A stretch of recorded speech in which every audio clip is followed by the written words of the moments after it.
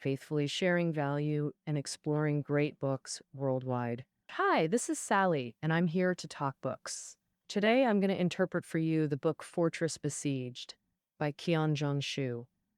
Oh, in the 20th century, there were plenty of masters who crossed academic and literary fields, but those who were both great scholars and great writers, well, they're few and far between.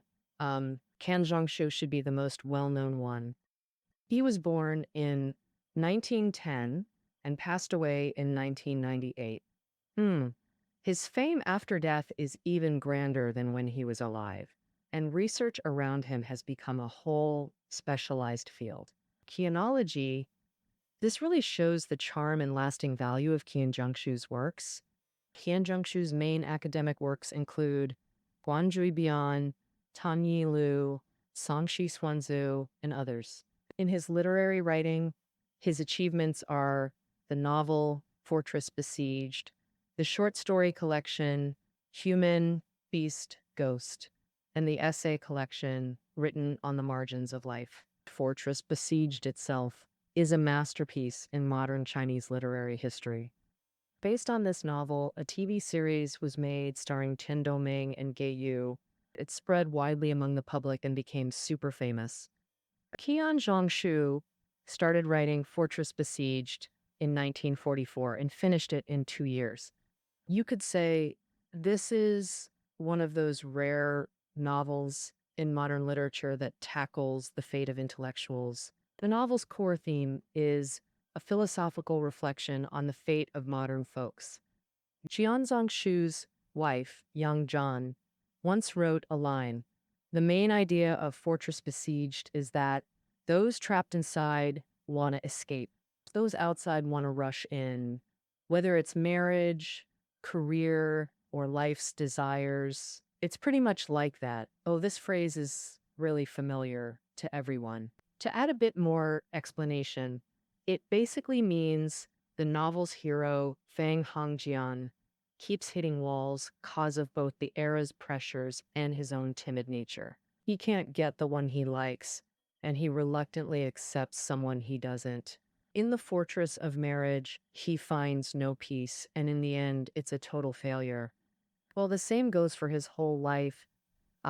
His PhD diploma was bought, his job came by chance, all like anxiously wandering in a virtual fortress, unable to control his own destiny.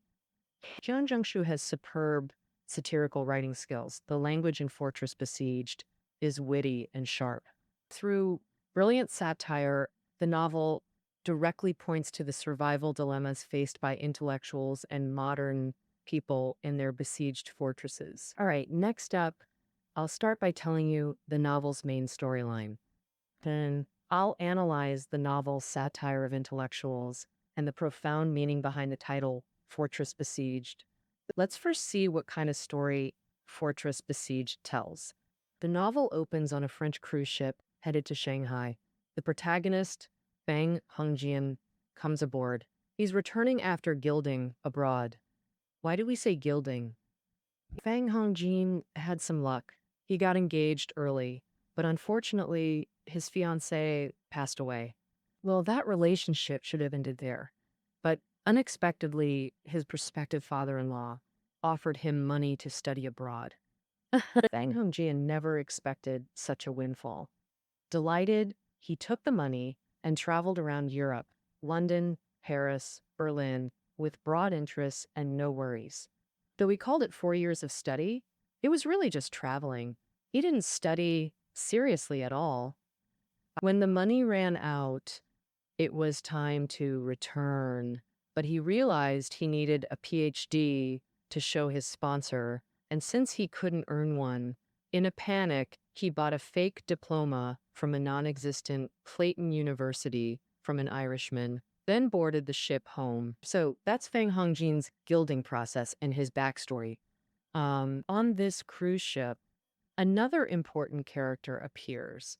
Su Wenwan, a talented woman who studied diligently in Lyon, France, earned her PhD, and was Feng Hongjian's classmate in university back home.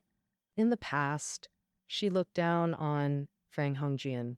But after studying in France for years and getting older, her feelings changed and she wanted to give him a chance on the ship. Sadly, Fang Hongjin didn't get the hint and wasted Su Wenwan's affection. When the ship arrived in Shanghai, the tangled story between Fang Hongjian and Su Wenwan continued. Then two more people joined, forming a love quadrangle, Zhao Xinmei and Tang Xiaofu. Zhao Xinmei was Su Wenwan's longtime pursuer, but in Shanghai, her affection for Fang Hongjin became public. Fang Hongjian was fully aware, but he didn't like Su Wenwan and was too indecisive to reject her. Seeing this, Zhao Xinmei viewed Fang Hongjin as a rival and constantly mocked and attacked him. Until one day, Fang Hongjian met Tang Xiaofu, Su Wenwan's cousin, who fell for him at first sight. And Tang Xiaofu also liked him. Only then did Fang finally confess everything to Su Wenwan, which caused big trouble. Su Wenwan wouldn't let him have his way, so she revealed Fang Hongjian's past romantic escapades to her cousin Tang Xiaofu. And so Fang Hongjian and Tang Xiaofu's romance came to an end. Meanwhile, Su Wenwan quickly married someone else. Fang Hongjin suffered heartbreak, and Zhao Xinmei didn't get anything out of it. Both heartbroken, they surprisingly became friends out of shared misery. Then, Zhao Xinmei was headed to teach at Hunan Sanlu University and recommended Fang Hongjian, so the university sent them both appointment letters. So they traveled from Shanghai to teach at Songlu University. Along the way, besides Fang and Zhao, there were three more: Li Mieting, Gu Erqian, and Sun Rujia. All five journeyed together.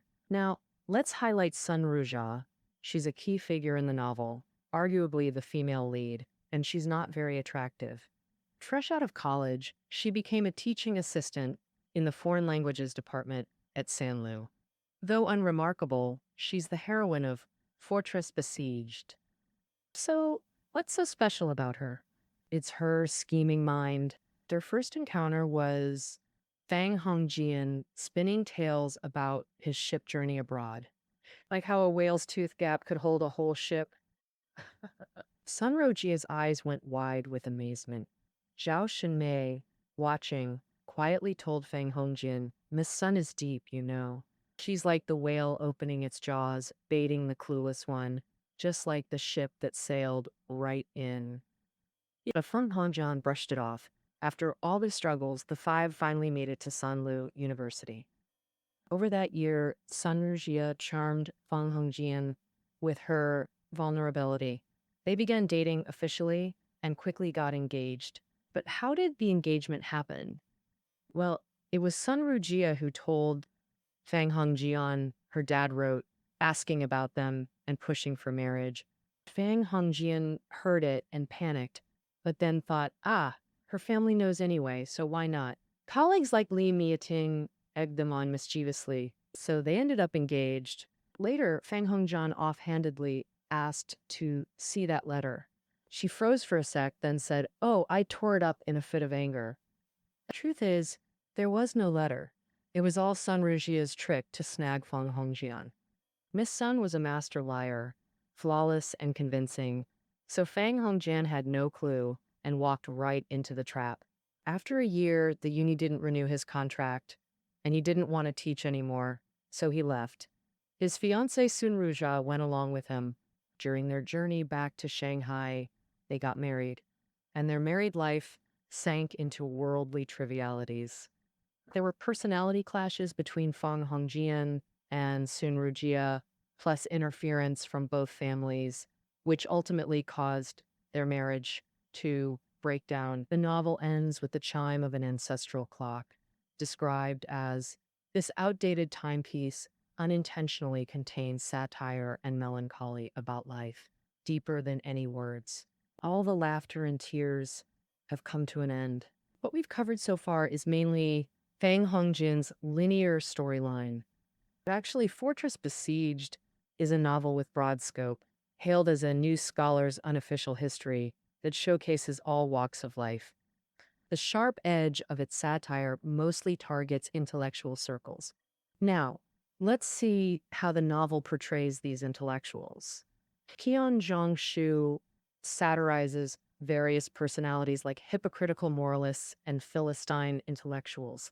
He mocks vain, incompetent intellectuals like this philosopher. Chu Shamin claims he met big shots in England. Russell, who consulted him on many questions. Sounds impressive. He did meet Russell, but what questions? Nearly things like when he arrived or how many sugars to put in tea, as if only he could answer such questions. Then there's Han Shui-yu, the history department head.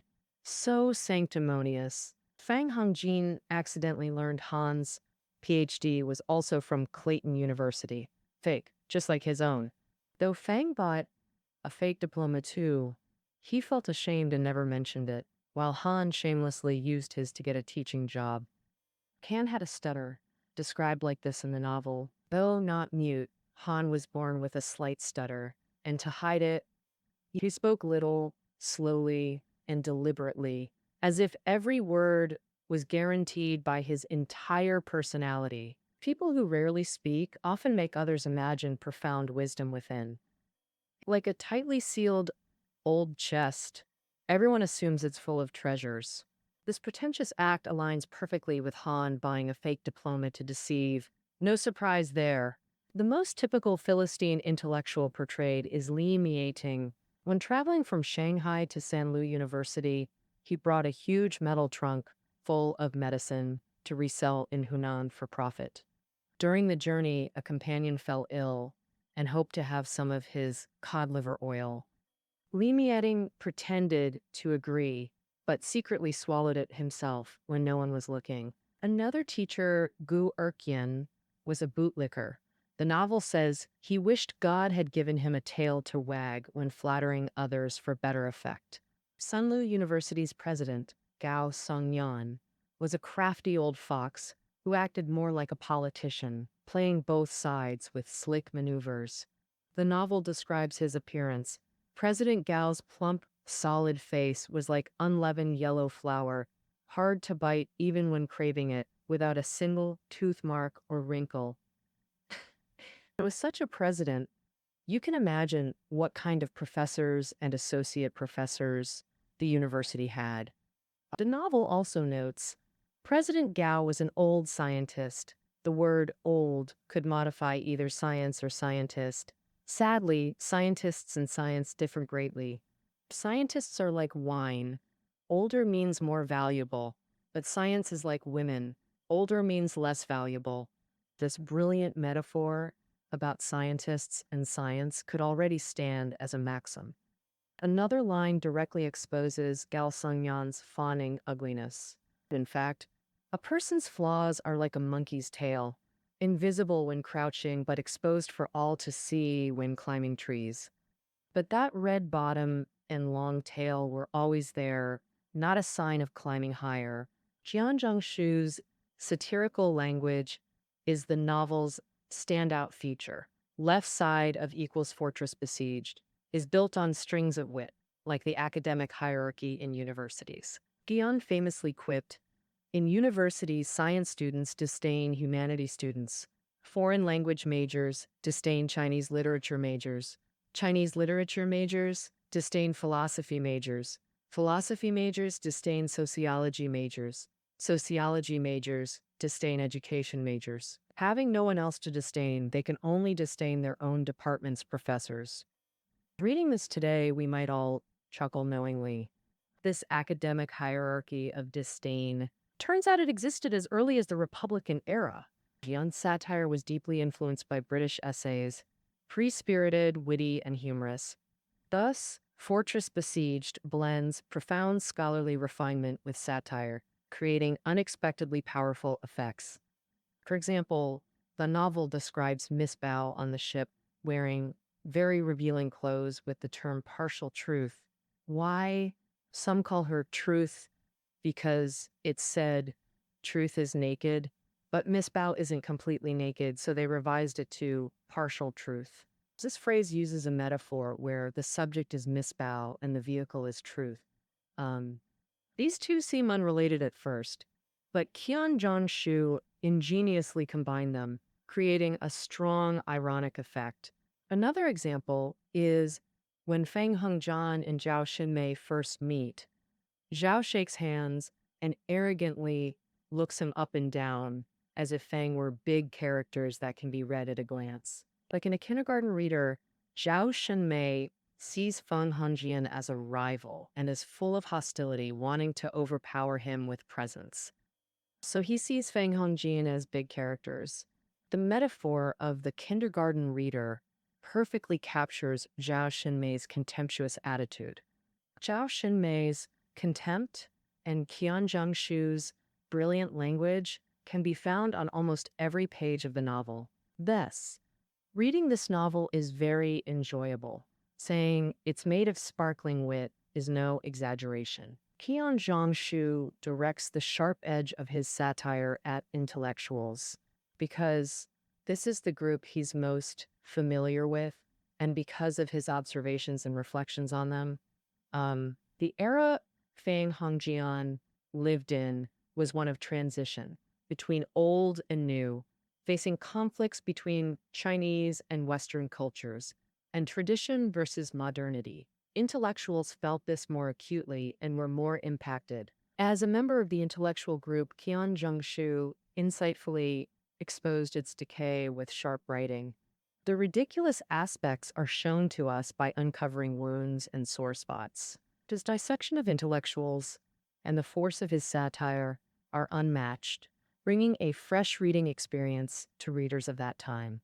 And having finished discussing the satirical features of Fortress Besieged, next let's talk about the besieged fortress in this book. Theme: the besieged fortress is the key point of the novel, showing a philosophical reflection on the fate of modern people. As Qian Zhongshu's wife, Yang Zhong, said, the main idea of the besieged fortress is that those trapped inside want to escape. Those outside want to rush in. Whether it's marriage, career, or life's desires, it's mostly like that. This phrase succinctly summarizes it. We can discuss the theme through the experiences of Feng Hongjian, Sun Rujia, Su Wenwan, and Zhao Xinmei. Actually, for Feng Hongjian, all his life experiences are constantly within the besieged fortress. Early on, his father arranged an engagement, giving him a fiancée he didn't want, but he didn't dare resist, so his father reluctantly accepted. And unexpectedly, the fiancé died, and then a pie fell from the sky. He got a sum of money to study abroad. Not wanting a PhD, he had to yield to his prospective father-in-law and his father's wishes, buying a fake doctoral diploma to report back. Su Wenwen liked him, but he didn't like her back, yet lacked the courage to say it outright, dragging it on until he met Tang Xiaofu and couldn't delay any longer, finally telling Su Wenwan. As a result, he angered Su Wenwan and also ruined his romance with Tang Xiaofu. He couldn't say he loved Sunruja deeply, yet step by step, he embarked on the path of marriage with her, and after marriage, they couldn't get along harmoniously.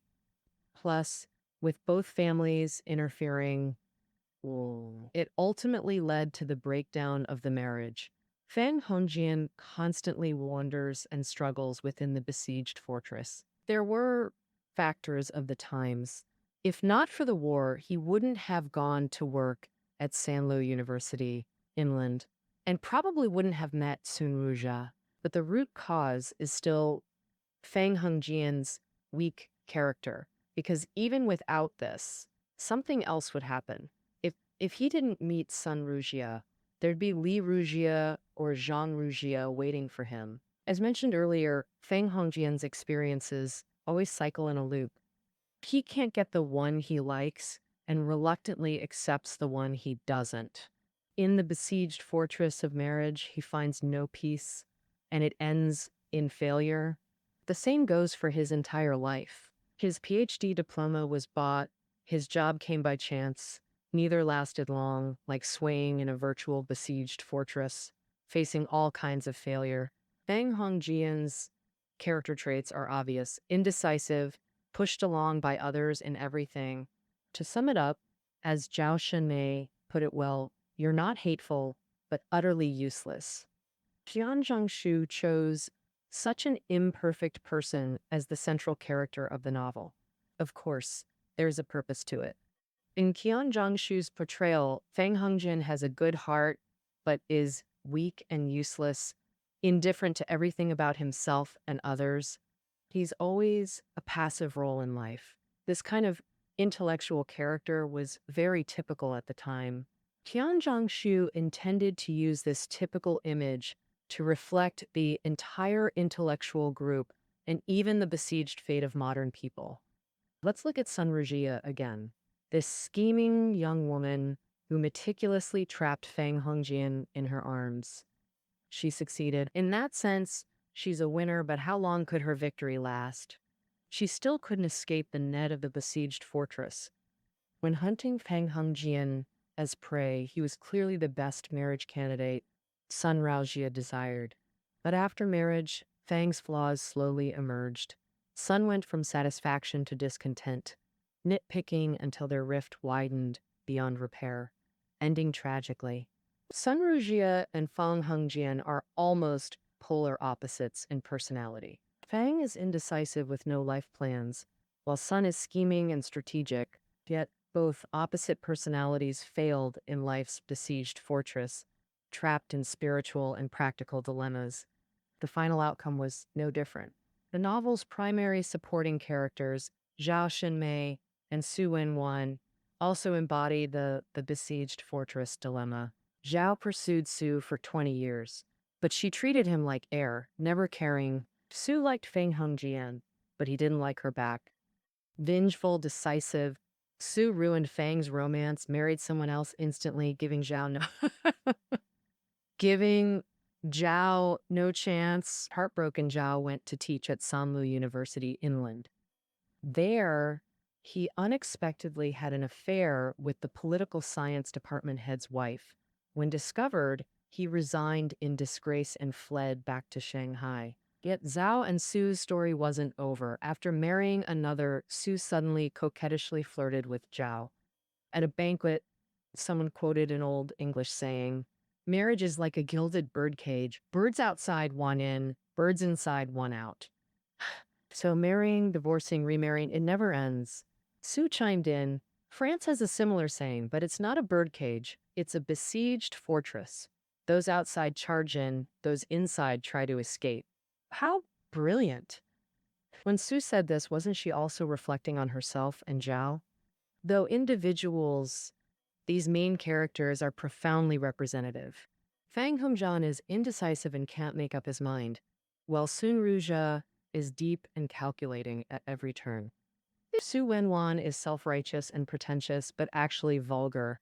Zhao Shenmei is firm in character, yet deeply emotional and unable to break free. Other characters, like Principal Gao Songyan, Teacher Li Meiting, and others, are deeply stuck in the rat race, especially lacking self-awareness. These traits are super typical among intellectuals. Looking around, oh, it's not just intellectuals. All modern folks can find some shadow of themselves in this. Who isn't living like this? As long as we're social beings, no one can escape the predicament of the besieged fortress. Therefore, the special thing about Fortress Besieged is that although set during China's War of Resistance, it doesn't feel strongly tied to that era. This is intentional by Qian Zhongshu. He said, "In this book, I want to write about a certain part of society and a type of character in modern China.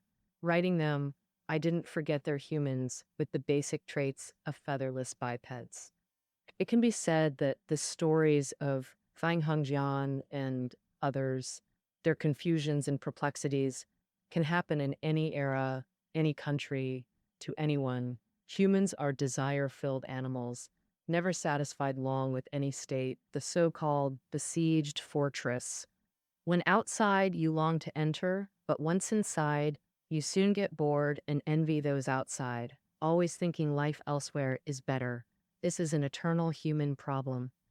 For instance, Once Fang Hongjin told Zhao Xunmei, like, how I really wanted to go to Sanlu University. So I took the job offer. Lately, the more I think about it, the more boring it seems. Now I regret not having the guts to take the ship back to Shanghai. Hmm. After this experience, I don't know when I'll ever get married. But I think if you really married Miss Sue, it wouldn't be that great either. Fang Hengjian imagined that if he hadn't gone to teach at Sanlu University, he wouldn't have met Sumerjia and wouldn't have this marital tragedy. As for his buddy Zhao Shenmei, he figures that even if you'd married Su Wenwan, it probably wouldn't be much better than my situation now. Regarding his friend's fate, Fang Hengjian seems clear-eyed as an outsider, thinking that inside or outside the fortress, it's all kind of similar. But for himself, Fang Hangjin is still fantasizing about a better outcome. And through the fates of the characters in the novel, we can see there's no good or better. If it were a different ending, our protagonist would still feel bored, still fantasize about another possibility, and thus always place himself in the besieged fortress. In a predicament, Fortress Besieged is a super popular novel with huge fame. Oh, maybe some think it was highly praised since its debut, but that's a misunderstanding. Fortress Besieged gained recognition and widespread influence domestically and abroad, but there was a process. Qian Zhongshu started writing Fortress Besieged in 1944, took 2 years to finish, published in 1947, reprinted twice before 1949, and multiple printings showed readers loved it. But critics had lots of criticisms, like thinking the novel grabbed minor stuff from a turbulent society to write small scenes of jealousy. This criticism mainly came from the historical context. The novel didn't cover grand social scenes or the people's awakening.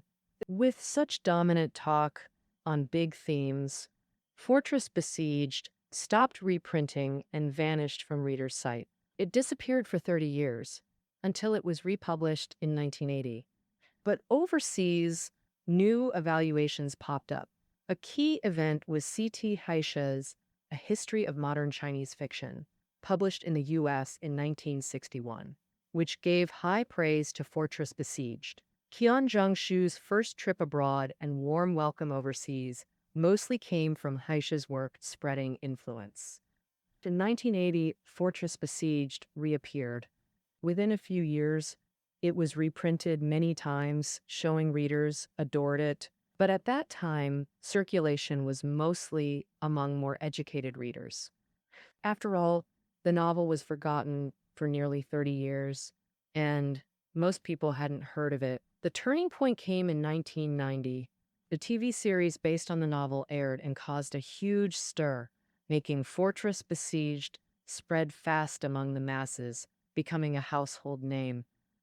At the same time, the Chinese traditional character version of C.T. Haiya's HEIS Hia has a history of modern Chinese fiction came out with wide influence, and Hia's high praise for Fortress Besieged got professional recognition. Soon, it showed up in Chinese literature textbooks.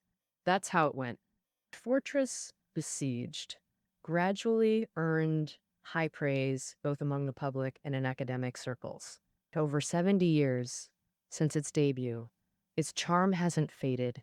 Instead, it's won over generations of readers. This is because of its superb novel art and the timeless appeal in its meaning.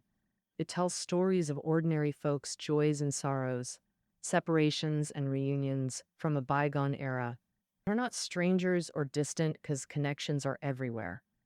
This kind of fate and predicament. The meaning of the besieged fortress that each of us may encounter lies precisely in this universal value. All right, that's it for our interpretation of Fortress Besieged. You'll find the reading notes below the audio. See you tomorrow.